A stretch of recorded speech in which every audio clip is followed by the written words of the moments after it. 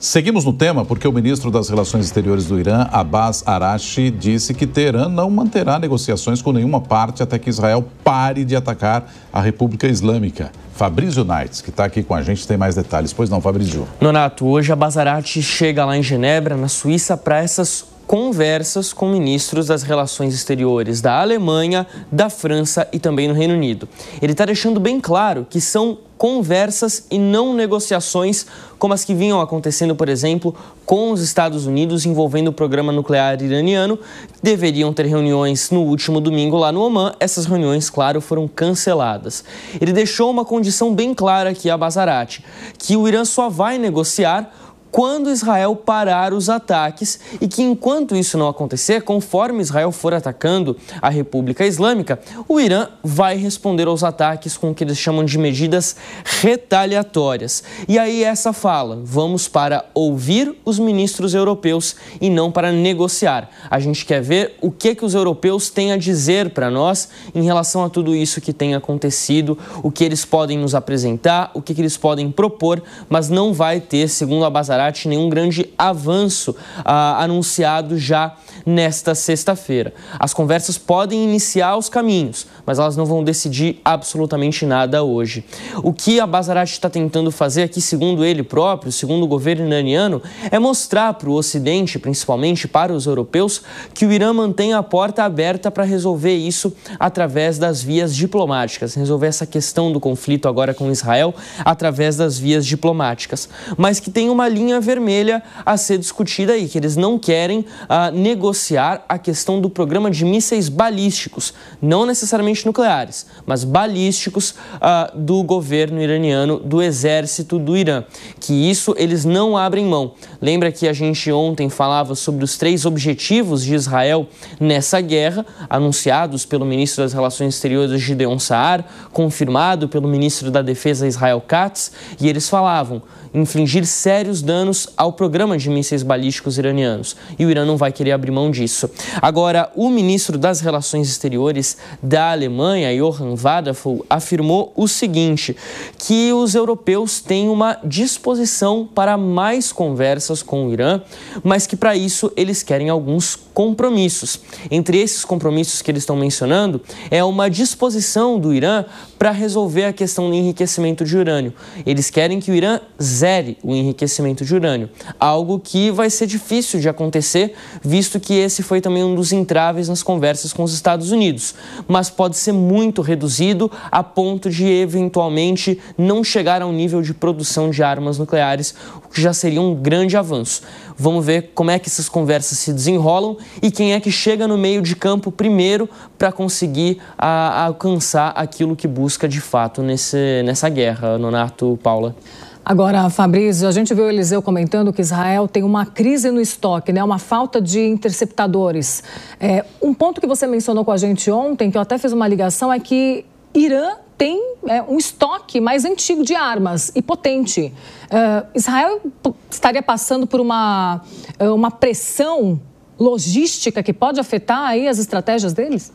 Não exatamente. Israel tem muito acesso a armas no exterior, consegue comprar, tem um poder financeiro para isso, um aparato militar muito grande também, mas essa guerra que a gente tem visto acontecer agora entre Israel e Irã, a tática iraniana é muito clara, que é a da exaustão, como vinha falando o Eliseu, ou seja, cansa o sistema de defesa israelense, não apenas por deixá-lo sobrecarregado, ou seja, tendo que resolver muita coisa, tendo que interceptar muitos mísseis iranianos, mas também porque ao longo dos últimos 20 meses Israel lidou diariamente com essa ameaça de foguetes que eram disparados tanto do Hamas, vindo da faixa de Gaza, quanto da Jihad Islâmica de Gaza também, mas também do Hezbollah no Líbano e dos Houthis no Iêmen. Então é natural que esse estoque, digamos assim, acabe ficando um pouco mais esgotado. Não quer dizer que ele não possa ser substituído, ele certamente será substituído e a gente tem visto até mesmo um apoio de forças americanas, também do Reino Unido, que auxiliam na defesa de Israel. Isso já há algum tempo, ou seja, várias tropas que estão estacionadas por lá, principalmente da Marinha desses países, acabam utilizando dos seus interceptadores para evitar que mísseis estrangeiros cheguem no território israelense, não para atacar outros países, mas para defender Israel dessa ameaça. Valeu, Naitsky. A gente vai passar a palavra também aqui para o professor Marcos Vinícius de Freitas, que está com a gente também nesta manhã. Professor, a gente tem aí o Irã dizendo que não negocia enquanto houver ataques e também dizendo que a questão dos seus mísseis balísticos é inegociável. O que me parece natural que a República Islâmica tenha feito isso, à medida em que também não pode ficar sem defesa e sem exército, né, professor? Ela tem que recusar, talvez, o avanço do programa nuclear, como toda a comunidade internacional está pedindo, mas os mísseis balísticos já seriam um outro ponto, né? Veja, Nonato, você pedir a rendição incondicional para um país que tem 5 mil anos de história e que não é um país pobre, tem 90 milhões de pessoas, não é um negócio assim que o Trump tenta usar este carteado, porque basicamente também seria uma humilhação para o próprio Irã em todo esse processo. E é interessante, né? A gente sempre diz, o Bismarck já dizia que o lugar que mais se mente é justamente em guerras. E esta reportagem do Wall Street mais ou menos evidencia justamente uma coisa que, contrariamente a que todo mundo tem falado, existe o problema da questão econômica também, da utilização desses bloqueadores e deste domo. E, eventualmente, o que nós notamos é que, diferentemente de uma luta contra o Hamas ou contra o Hezbollah, o Irã tem aqui um histórico econômico e tem a capacidade financeira de vender petróleo para outros países, coisa que Israel não tem nesse momento, porque depende aí, nessa história toda, justamente do contribuinte americano. Não é? E nós não podemos esquecer também que na guerra da Ucrânia ficou muito claro também que os próprios Estados Unidos estavam com problema de munição. Não podemos esquecer que isso foi uma coisa que se comentou muito na guerra da Ucrânia, justamente nesse processo todo de ajudar a Vladimir Zelensky nesse processo todo. Então, o que a gente nota é que se o Irã optar, e a impressão é esta, por esta guerra de atrição, como nós chamamos, uma continuidade, Israel vai ter sérios problemas do ponto de vista econômico e, obviamente, não somente do ponto de vista econômico, mas também na própria continuidade da guerra e na própria capacidade de defesa. E contar com os Estados Unidos pode ser um problema para Netanyahu. Como eu disse antes, né, o próprio Kissinger, que era judeu, dizia que ser inimigo dos Estados Unidos é um problema, mas ser amigo pode ser fatal. E aqui existe esta situação que pode ser muito complicada. Então, é uma coisa que talvez Netanyahu, quando fez a guerra, iniciou, não tivesse prevendo que também algumas coisas poderiam não acontecer. Então, tudo é uma questão de a gente observar como vai se movimentando. A diferença é que aqui nós temos uma guerra de dois países, um que é uma potência econômica, ainda que dilapidada, e que tem ali uma capacidade de resistência que nem Hamas, nem Hezbollah, nem Líbano, nem Síria tinham. Agora, Cristiano Beraldo, tem a possibilidade da entrada nos Estados Unidos em 2 semanas, aí, como disse a Casa Branca, né, que vai tomar essa decisão, mas tem a possibilidade da entrada também nessa guerra, nesse conflito, de China e Rússia, que vai trazer, caso entrem, um peso ainda maior. Paula, na verdade, eu não acredito que nem o líder russo nem o líder chinês estão considerando efetivamente entrar nessa guerra para suportar o Irã. No fundo, ninguém tem interesse em ver um Irã com armas nucleares. E esse trabalho que Israel está fazendo, a gente precisa sempre lembrar disso, essa guerra ela tem um propósito, que é destruir por completo o sistema, o programa nuclear do Irã. Irã, lembremos sempre, que assinou um tratado internacional garantindo que jamais usaria tecnologia nuclear para produzir bombas. E ele quebrou esse compromisso internacional e estava, assim, a ONU sabia disso, Israel sabia disso, estava, assim, produzindo essas armas nucleares. Chegou a um ponto em que Israel resolveu agir e agiu com muita precisão.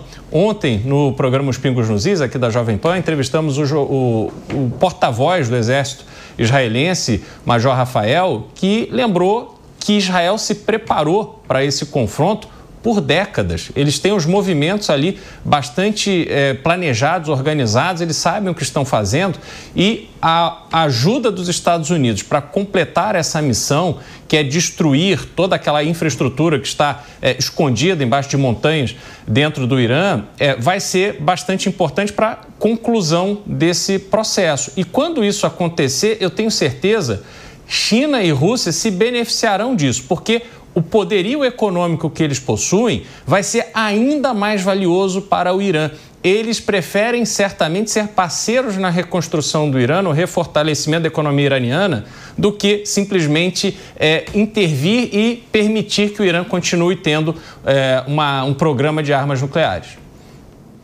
Obrigado, Beraldo. 8h47 agora. O presidente da Turquia, Recep Tayyip Erdogan, disse que o país está preocupado com um possível fluxo de refugiados na Europa, com a crescente no conflito entre Israel e Irã. Luca Bassani está de volta, tem mais atualizações aqui para a gente a respeito desse cenário, porque a Turquia está ali pertinho, né, Luca?